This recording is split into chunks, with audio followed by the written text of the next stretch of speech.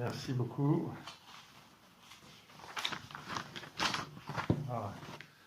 Voilà, c'est une joie d'être avec vous, 2 fois ce matin, avec vos frères et sœurs tout à l'heure, avec nos frères et sœurs tout à l'heure. Et voilà, c'est une expérience, en fait, vous m'aurez fait vivre une expérience assez particulière. L'année dernière, pour la première fois, de prêcher avec le masque, 2 fois de suite.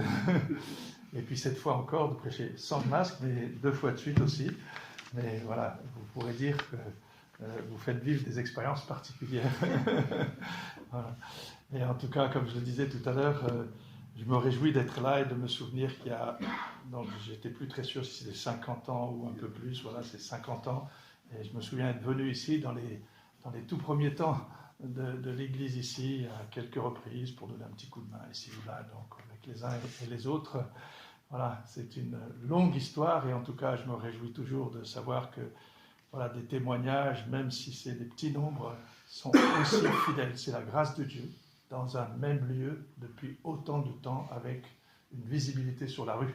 Donc ça, c'est formidable de voir comment Dieu agit. Et puis pour dire quelques mots de Saint-Maur, eh bien, notre église est un peu plus jeune que la vôtre. Donc nous avons démarré notre premier culte le premier dimanche de décembre 1979. Voilà, donc on a 42 ans, quelque chose comme ça. Et on fera 43 ans à la fin de l'année. Et nous avons déménagé tout récemment, donc il y a 2 ans et demi. Nous avons revendu nos anciens locaux et racheté des nouveaux locaux pour des prix exorbitants, des sommes exorbitantes, comme je disais tout à l'heure. Mais surtout avec un grand défi parce qu'on a beaucoup de travaux à faire, puisque nous utilisons actuellement donc une partie des locaux, les locaux qui sont viables aujourd'hui. On a 150 mètres carrés de viables, ce qui revient au même par rapport à ce que nous avions avant. Dans ces 150 mètres carrés, 70 mètres carrés de salle de culte, donc ce qui est plus grand qu'ici, mais qui sature, puisque nous remplissons la salle normalement. Quand tout le monde est là, c'était encore un peu de zoom, un peu de ci, un peu de ça, mais normalement rempli. Et si on a déménagé, c'est pour avoir plus grand. Donc on a un ancien garage, c'était un hangar. Il y a 20 ans, pendant 3 ou 4 décennies, c'était un garage automobile mécanique. Et donc nous transformons et nous bénéficierons de 300 mètres carrés de plus au total, entrée, sanitaire aux normes, garderie pour enfants, et puis lieu de stockage et une salle de culte de 150-160 mètres carrés.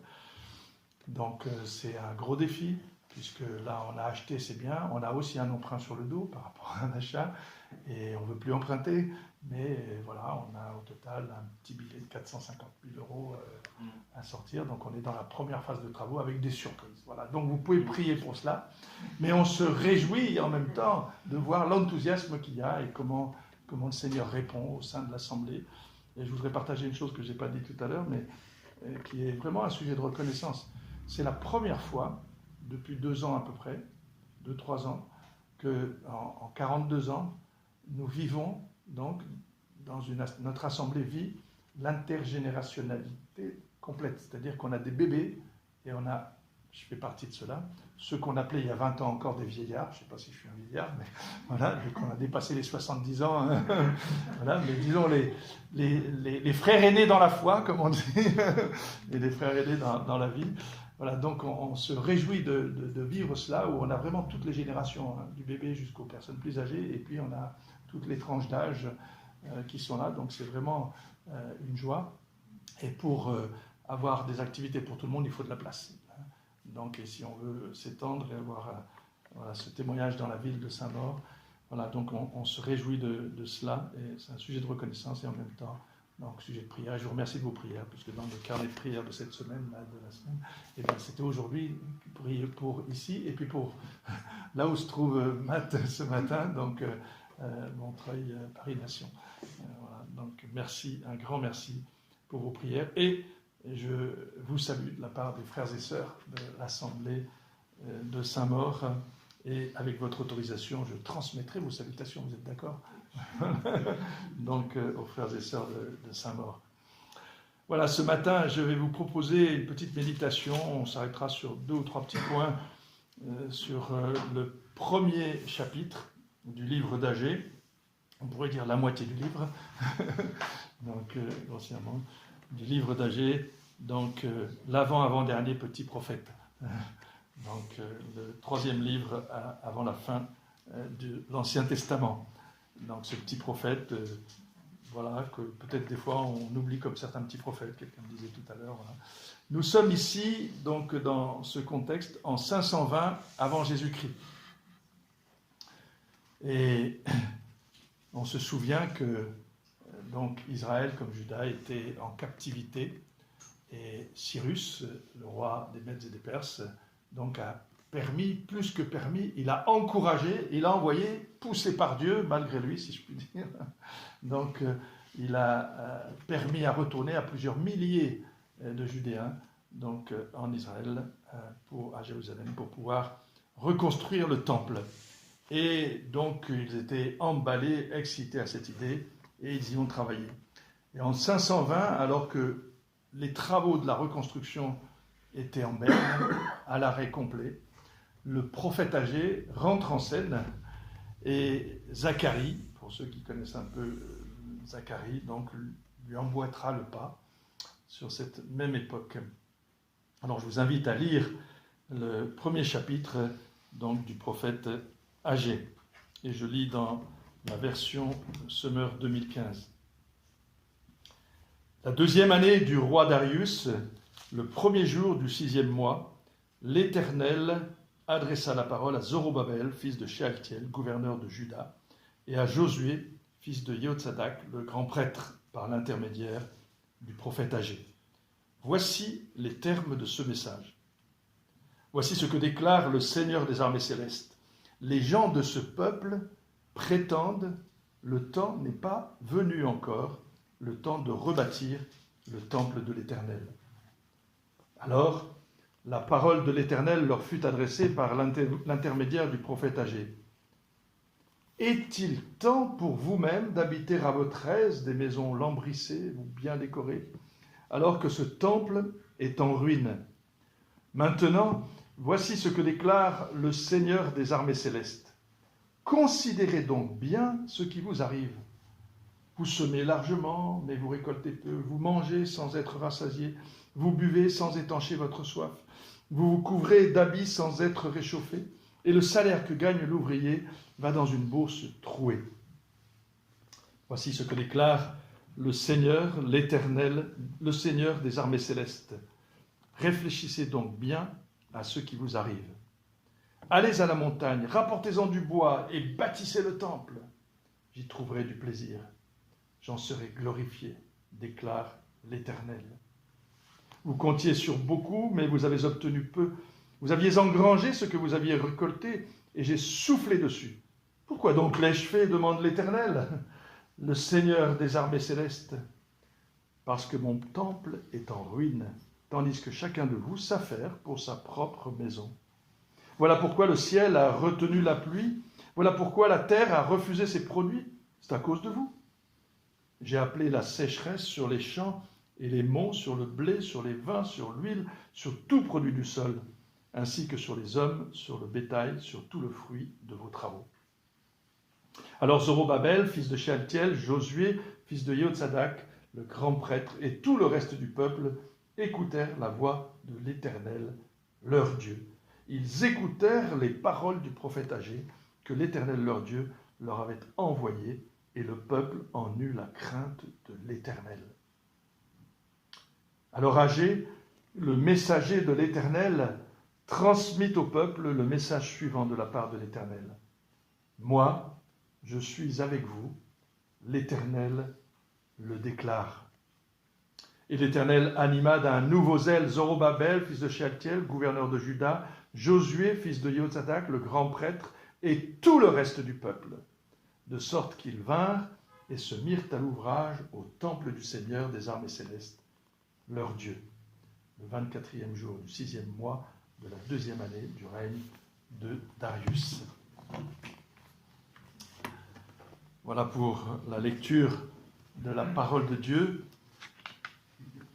Au cœur de ce récit, de ce texte que nous venons de lire, de cette prophétie, Agé au verset 9 déclare de la part de l'Éternel « Mon temple est en ruine ». Alors, mon temple, cette maison, elle n'est pas en ruine. Mais pour nous, le temple, c'est nous. l'Église de Jésus-Christ, et chacun de vous s'affaire pour sa propre maison. C'est là la raison de l'intervention du prophète qui reproche au peuple de laisser le chantier du temple en friche pour s'occuper de ses propres affaires, de ses intérêts personnels et privés. Ah, la vie privée. Dieu ne dit pas qu'il ne faut pas s'occuper de sa maison dans ce texte. Soyons bien prudents sur ce que le texte nous dit. Le prophète ne dit pas qu'il ne faut pas s'occuper de ses affaires, mais qu'il ne faut pas négliger le temple, plutôt. Qu'il ne faut pas négliger les affaires de notre Dieu, qu'il ne faut pas négliger son Église. La bonne question pour nous aujourd'hui, c'est celle-ci. Ai-je négligé la construction du temple de Dieu, l'édification de l'Église de Jésus-Christ? Ai-je négligé le royaume de Dieu? Est-ce que je le néglige aujourd'hui? Suis-je moins concerné par l'Église de Jésus-Christ, l'épouse qui attend le retour de Christ, le retour de l'époux, que par mes propres affaires, mes préoccupations à moi? C'est une question que, personnellement, je remets au Seigneur pratiquement tous les matins. Seigneur, qu'aujourd'hui, toi, tu sois là, au cœur de ma vie. Que mes préoccupations soient les tiennes et pas seulement les miennes. Je ne dis pas pour autant que chaque journée se déroule comme je pense que Dieu l'aimerait. Il y a des petites des tangentes quelquefois. On prend la tangente comme ça. Ma vie à moi, nous dirions communément, est-elle égocentrique? Et quand on dit égocentrique, on pense souvent aux gens qu'on connaît qui sont égocentriques, dans notre famille, dans nos proches, dans nos voisins. On ne pense pas toujours forcément à nous. Mais c'est pour ça que je me permets la liberté de dire « Ma vie est-elle moi-centrique » Là, il n'y a pas de discussion. Est-elle moi-centrique? Suis-je le seul décisionnaire pour ma vie? Est-ce que je veux tout décider, moi-même, tout seul, parce que je suis maître de ma vie? Ou bien Jésus est-il vraiment le moyen, l'axe central de ma vie, l'axe central de la roue de ma vie, celui de qui tout vient et vers qui tout retourne, celui à qui je soumets toute chose? Jésus lui-même a enseigné à ses disciples en Matthieu 6, au verset 20, « Amassez-vous plutôt des trésors dans le ciel, car là où est ton trésor, là aussi sera ton cœur. » Ce sont des versets que nous connaissons par cœur, mais ça ne nous empêche pas de faire des incartades. De quel côté mon cœur bascule aujourd'hui? Aujourd'hui c'est dimanche, c'est particulier, on est tous réunis ensemble, c'est assez facile d'orienter ses pensées et sa journée dans la bonne direction. De quel côté bascule mon cœur? Comment c'était hier, tout au long de la semaine? Comment ce sera demain? Et encore dans le même chapitre, au verset 33, Jésus dit à ses disciples, cherchez, oui, premièrement, le royaume de Dieu et sa justice, et toutes ces choses, etc. vous seront données en plus. Ou dans la traduction du Semeur, faites donc du royaume de Dieu et de tout ce qui est juste à ses yeux votre préoccupation première. J'aimerais m'arrêter sur 3 points, ou plutôt les faire défiler ainsi, que nous pouvons repérer dans cette prophétie, dans cette exhortation d'Agée, cette interpellation forte. Il appelle le peuple à réfléchir sur lui-même, sur sa situation. Et il encourage le peuple à écouter, et puis enfin à faire confiance, pour peut-être découvrir ou redécouvrir le chemin de la vraie bénédiction, de la bénédiction divine. Alors oui, dans les versets 5 à 7, nous lisons « Considérez attentivement vos voies, réfléchissez », ou un peu littéralement on pourrait lire « Fixez votre cœur sur vos voies ». Le centre de vos intérêts, le centre de vos pensées. Fixez votre cœur sur vos voies. Alors que le peuple, je le soulignais tout à l'heure, avait été très motivé par la reconstruction du temple. Il suffit d'aller lire le livre d'Esdras et nous constatons qu'il y avait une motivation forte quand ils sont revenus pour construire le temple. Ils marchaient tous ensemble et pourtant, tout d'un coup, tout est resté en plan. Et le prophète, dans ce récit, pose la question directe. Donc, nous l'avons lu tout à l'heure, cette interpellation. Est-il temps pour vous-même d'habiter à votre aise dans vos maisons où vous travaillez à la décoration d'une manière fabuleuse? Peut-être que cette interpellation est un peu une réponse à ce que nous lisons au milieu du verset 2, où avec une pointe d'ironie, sans doute, le prophète dit les gens de ce peuple, donc le peuple là qui était là pour construire, qui s'est arrêté, bien disent le temps n'est pas venu encore, le temps de rebâtir le temple de l'Éternel. Que s'était-il passé? Un peu d'opposition et hop, stop, on s'arrête. On se dit, en tant que bon chrétien évangélique, pour nous dire, si Dieu l'a pas voulu, Dieu l'a pas voulu, c'est pas grave, ça reviendra. Voilà. On dit, il y a eu un arrêt, oui, c'est que Dieu l'a voulu. Ça nous arrive aussi de dire ça, parce que nous croyons dans la souveraineté de Dieu, qui tient toutes choses dans ses mains. Et c'est juste, c'est bien juste, mais quelquefois notre manière d'interpréter cela, porte un peu à défaut, dans le sens où, nous ne persévérons pas forcément, tout simplement parce que les choses sont comme ça, et donc on devient un peu fataliste. Et on oublie de chercher à comprendre, à discerner la situation, à ouvrir nos yeux. Qu'est-ce que Dieu veut dans cette situation? Est-ce que nous devons juste lâcher prise, baisser les bras? Et là, nous sommes encouragés dans le texte que j'évoquais, les versets 5 à 7, à faire le point sur la situation. Le peuple était encouragé à faire le point sur la situation, à constater les dégâts, puisqu'il se trouvait dans une situation délicate.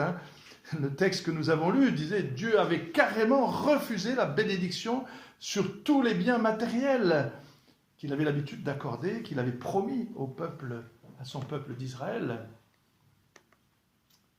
Le prophète dresse un tableau douloureux d'une vraie détresse économique et sociale que le peuple vivait à ce moment-là. Détresse en lien direct, c'est bien précisé, avec l'abandon du chantier. C'est de votre faute, disait-il. Oui, pour nous, chrétiens, nous ne pensons pas forcément, parce qu'il y a la grâce de Dieu, que tous nos choix ont des conséquences, forcément, des conséquences néfastes. Mais oui, ça existe. Et négliger les affaires de Dieu, négliger les choses de Dieu, négliger l'Église de Jésus-Christ, un moment ou l'autre apporte des déceptions qui peuvent avoir un goût très amer, au point même que nous rentrons dans une manière de considérer les choses un peu particulière, comme des tout bébés dans la foi, et peut-être même moins, au point de reprocher à Dieu de ne pas répondre à nos prières, sans se poser la question, est-ce que j'y suis pour quelque chose? C'est-à-dire, est-ce que finalement, je n'ai pas coupé la ligne? Je n'ai pas débranché la ligne? J'ai mis en berne la communication que Jésus-Christ a ouvert entre Dieu et moi, entre Dieu et nous, son peuple. Pourtant, une ligne ouverte au prix fort, ce n'est pas le forfait d'Orange, ni de Free, ni de je ne sais quoi. C'était au prix fort, au prix de la vie de Christ. Et finalement, nous comprenons dans le texte que le peuple a réfléchi, que le peuple a accepté la remise en cause. Cette interpellation du prophète a trouvé un écho favorable dans la conscience des responsables et du peuple. Il s'est passé environ 3 semaines entre le verset 11 et les versets 12 à 15, entre les 2 messages qui sont proclamés là. Et il est aisé en effet de comprendre que tant les chefs du peuple que l'ensemble du peuple se soient repentis après un examen de conscience. Et cet examen de conscience, il est lié qu'à une chose. Ils ont pris l'option d'écouter la parole, rien que la parole, toute la parole, si je puis dire. ils ont pris l'option d'écouter ce que disait le prophète de la part de Dieu. Ils ont reconnu que c'était la parole de Dieu qui leur était dite. Et du coup, la parole de Dieu remise à l'honneur, ça veut dire l'Éternel lui-même remis à l'honneur. Ça veut dire l'Éternel lui-même qui retrouve sa place dans le cœur, dans la pensée des uns et des autres au sein du peuple, et qui engendre, comme cela est souligné, donc au verset 12, qui engendre chez le peuple la crainte de l'Éternel, le respect de l'Éternel, toute révérence due à l'Éternel.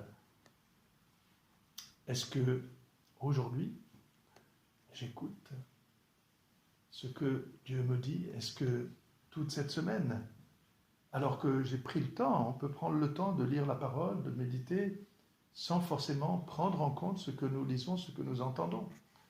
Est-ce que ça a été mon cas cette semaine? Est-ce que je suis sensible? Est-ce que je veux, pour aujourd'hui, écouter ce que Dieu me dit?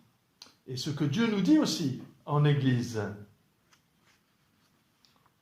L'enchaînement, inévitablement, après le fait d'avoir écouté la parole de Dieu, a permis au peuple d'entendre d'une autre manière, et peut-être d'entendre encore le message un peu plus loin, de réentendre même ce qu'ils savaient déjà. Et nous lisons au verset 13, au milieu, à la fin du verset 13, cette déclaration, ce message que le prophète transmet au peuple de la part de l'Éternel. Donc, seulement après que le peuple ait décidé d'écouter, de se remettre en question, eh bien voilà un nouveau message. Moi, je suis avec vous, l'Éternel le déclare. Pas un message si nouveau, c'était pas la première fois que l'Éternel déclarait cela à ceux qui ont précédé, comme Josué, Moïse ou d'autres, sous forme différente. Et donc, l'Éternel Dieu déclare « Je suis avec vous » à ceux qui l'écoutent. Celui qui ne l'écoute pas ne peut pas entendre cela, ne peut pas saisir « Je suis avec vous ». Il peut juste entendre que cette promesse est là quelque part, mais si je ne l'écoute pas, ce n'est pas vraiment pour moi. Mais en se fondant sur cette promesse, oui, il devient possible de faire face à tout type d'adversité. L'attitude n'est plus la même. Et je pense à l'instant à ce que vivent les peuples assiégés. On pense bien sûr à ce qui se passe entre la Russie et l'Ukraine aujourd'hui. Il y a ceux qui souffrent en Russie de ne pas savoir, ou ceux qui comprennent ce qui se passe et qui souffrent de la situation de leur propre pays dans cette attaque. Et puis il y a les Ukrainiens qui défendent leur position, qui combattent. Ils ont confiance dans leur président. Ils ont confiance dans leurs coreligionnaires, dans le peuple. Et donc, ils sont au combat et ils ne veulent pas lâcher. Oui, dans un premier temps, le peuple d'Israël était très motivé, nous l'avons dit tout à l'heure, par la reconstruction du temple.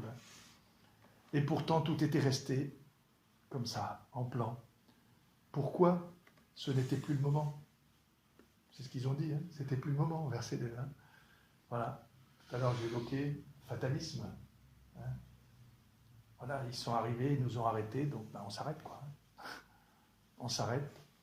Bon, ça reviendra à un autre moment. Et ça nous arrive à nous, en tant que bons chrétiens, d'avoir ce genre d'attitude quelquefois. Et tout simplement, on s'arrête, on se dit, c'est pas le chemin de Dieu, quoi.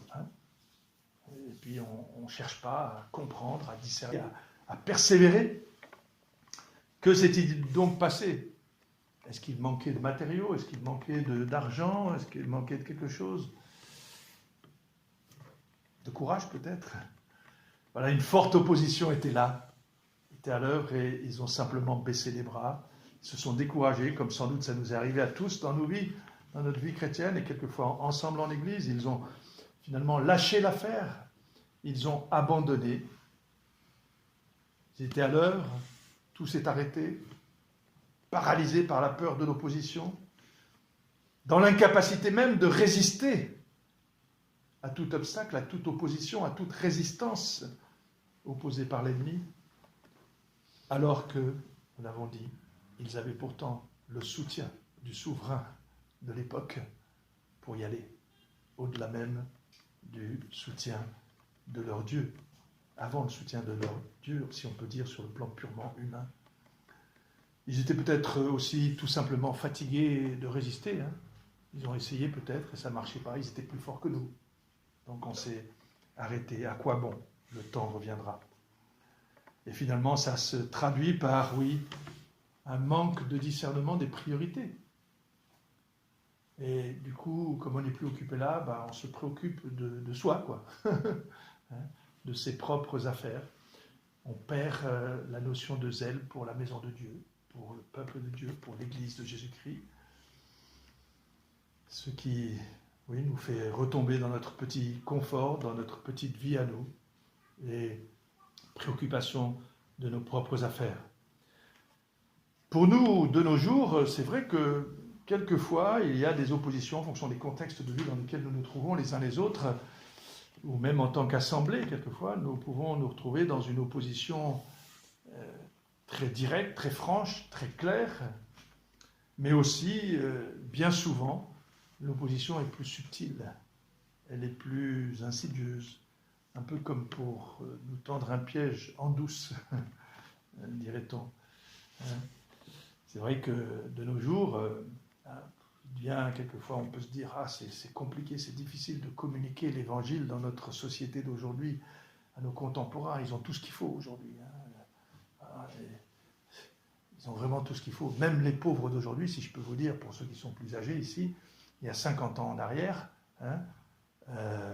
les pauvres, c'était pas ça. Les pauvres d'aujourd'hui, souvent, ceux qu'il y a dans la société française, je ne parle pas des très pauvres, mais les pauvres d'une manière générale, ceux qui sont aidés socialement, ils ont quand même le frigo, ils ont la télé quand ils n'en ont pas trois dans l'appartement, etc. etc. On n'est plus dans le même contexte. Mais ce sont quand même des pauvres. Ce sont des gens qui sont dans le besoin. Mais la plupart, aujourd'hui, ici à Paris, par exemple, ce sont des gens, on est un peu dans la suffisance, dans l'autosuffisance.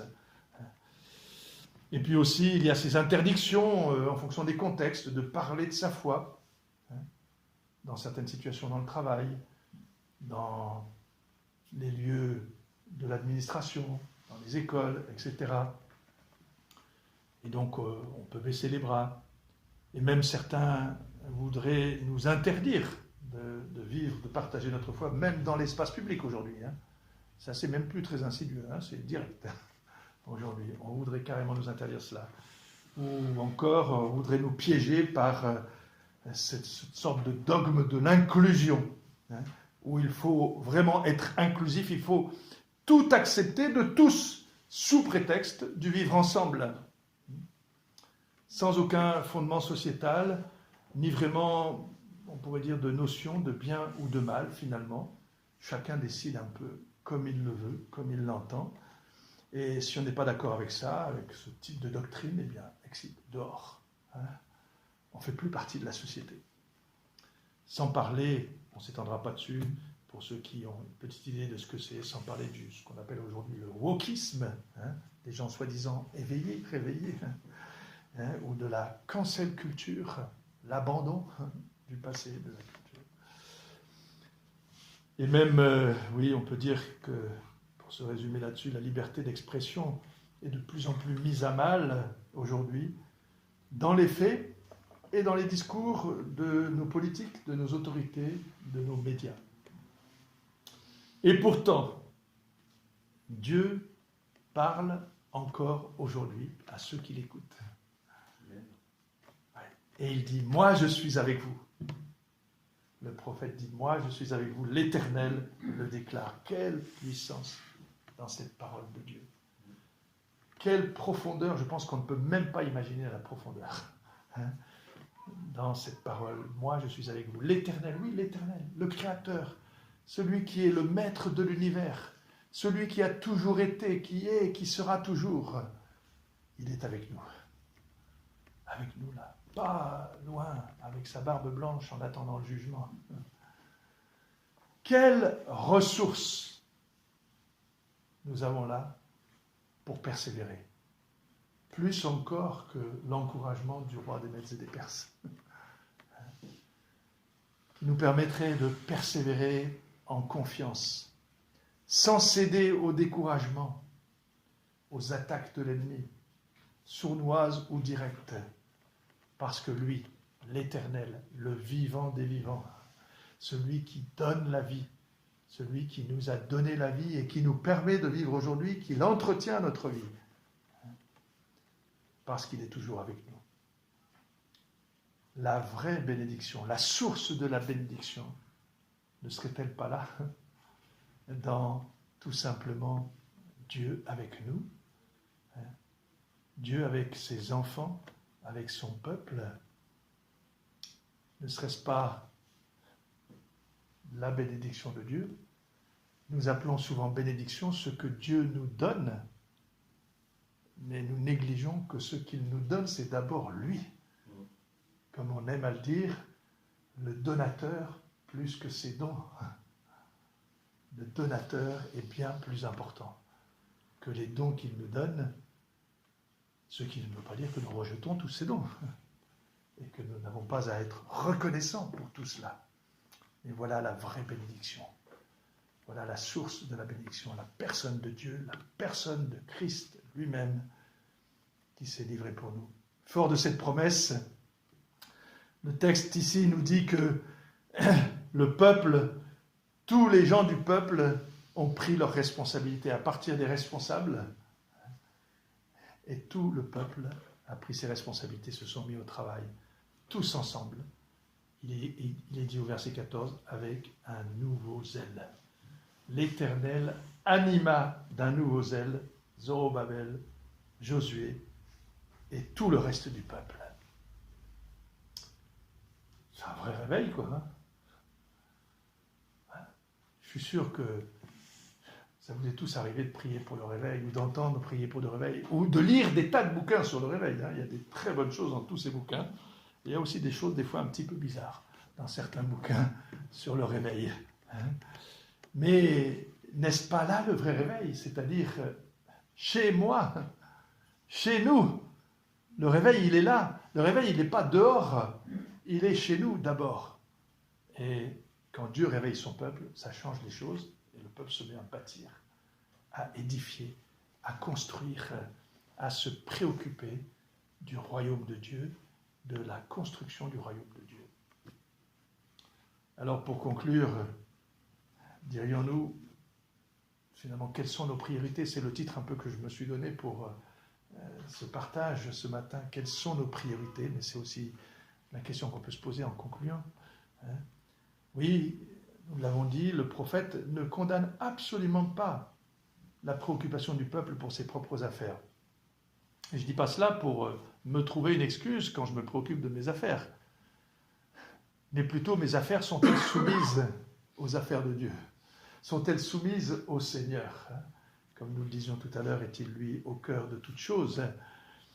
Et il ne nous condamne pas pour cela, mais il nous demande peut-être de simplement réétudier, réfléchir à notre échelle de priorité, afin d'accorder à Dieu la vraie place qui est la sienne, au centre, au cœur même de ma vie, au centre névralgique de ma vie, de notre vie d'église, de la vie d'assemblée locale. Et peut-être, pour prendre un peu de liberté avec le verset 8 de ce texte, ce récit, quand le prophète dit au peuple, allez-y, remettez-vous au boulot, allez chercher les matériaux qu'il faut pour reprendre le boulot. Qu'est-ce qu'il... Voilà, bougez-vous et bâtissez. Bougez-vous et bâtissez. C'est un peu ce que Dieu nous dit aussi, en fonction de là où nous sommes.